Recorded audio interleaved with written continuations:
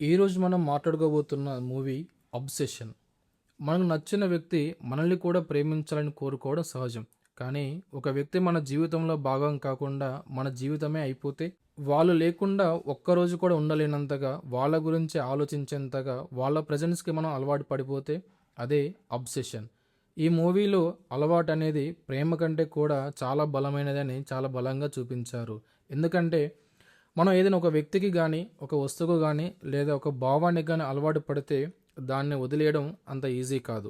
అదే అలవాటు హద్దులు దాటితే అదే అబ్సెషన్.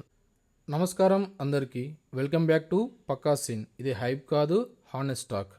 స్టోరీ విషయానికి వస్తే, బియర్ అనే యువకుడు తన చిన్నటి క్రష్ అయిన నిక్కి తనను ప్రేమించాలని కోరుకుంటాడు. ఒక విచిత్రమైన వన్ విష్ విల్లో ద్వారా తన కోరిక నెరవేరుతుంది. మొదట తన కల నిజమైనట్టు అనిపించిన నెమ్మదిగా నిక్కీ ప్రేమలా కాకుండా ఒక ప్రమాదకరమైన అబ్సెషన్ లాగా మారుతుంది. ఆ తర్వాత జరిగే భయంకరమైన సంఘటనలే ఈ సినిమా మెయిన్ స్టోరీ. ఈ మూవీ బిగ్గెస్ట్ స్ట్రెంత్ అంటే కాన్సెప్ట్. ఈ మూవీ సాధారణ లవ్ స్టోరీ లాగా మొదలై నెమ్మదిగా సైకలాజికల్ హర్రర్గా మారే విధానం చాలా ఇంట్రెస్టింగ్గా ఉంటుంది. హీరోయిన్ పర్ఫార్మెన్స్ అయితే సినిమా మొత్తానికి హైలైట్గా ఉంటుంది. మొదట ఇన్నోసెంట్గా కనిపించే క్యారెక్టర్ తర్వాత పూర్తిగా డిస్టర్బింగ్గా మారే జర్నీని చాలా అద్భుతంగా చూపించారు ఈ మూవీలో. ఈ మూవీ నాకైతే చాలా బాగా నచ్చింది. చాలామందికి నచ్చకపోవచ్చు, ఎందుకంటే ఇందులో వైలెన్స్, బాడీ హర్రర్ ఎలిమెంట్స్ చాలా ఎక్కువగా ఉన్నాయి. కొన్ని సీన్స్ జెన్యున్లీ అన్కంఫర్టబుల్గా కనిపిస్తాయి. అలాగే జంప్ స్కేర్ కంటే సైకలాజికల్ డిస్కంఫర్ట్ మీద ఎక్కువ ఫోకస్ పెట్టినట్టు ఉంటుంది. ఫాస్ట్ ఫేస్డ్ హర్రర్ ఎక్స్పెక్ట్ చేసే వారి కోసం కొంచెం ఇది డిఫరెంట్ ఎక్స్పీరియన్స్ అనిపించవచ్చు. నాకైతే ఈ మూవీ చెప్పిన మెయిన్ విషయం ఏంటంటే, love without boundaries become position.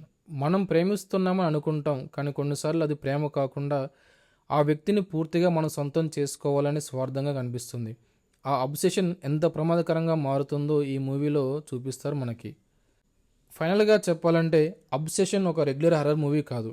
ఇది లవ్, లోన్లీనెస్, ఇన్సెక్యూరిటీ, అబ్సెషన్ను హర్రర్ రూపంలో చూపించే సైకలాజికల్ థ్రిల్లర్.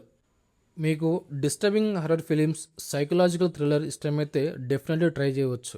కానీ ఫ్యామిలీ ఆడియన్స్ లేదా లైట్ ఎంటర్టైన్మెంట్ కోసం చూస్తున్న వాళ్ళకు ఇది వర్కౌట్ అవ్వదు. ఇది నా రివ్యూ, ఇది నా ఒపీనియన్. మీకు ఇప్పటికే అబ్సెషన్ మూవీ చూసి ఉంటే మీ అభిప్రాయాన్ని కామెంట్స్లో తప్పక చెప్పండి. వీడియో నచ్చితే లైక్ చేయండి, షేర్ చేయండి. ఇంకా ఇలాంటి హానెస్ట్ మూవీ రివ్యూస్ కోసం పక్కా సీన్ ఛానల్ని సబ్స్క్రైబ్ చేసుకోండి. Until next video, this Pakka scene. ఇది హైప్ కాదు, హానెస్ట్ టాక్.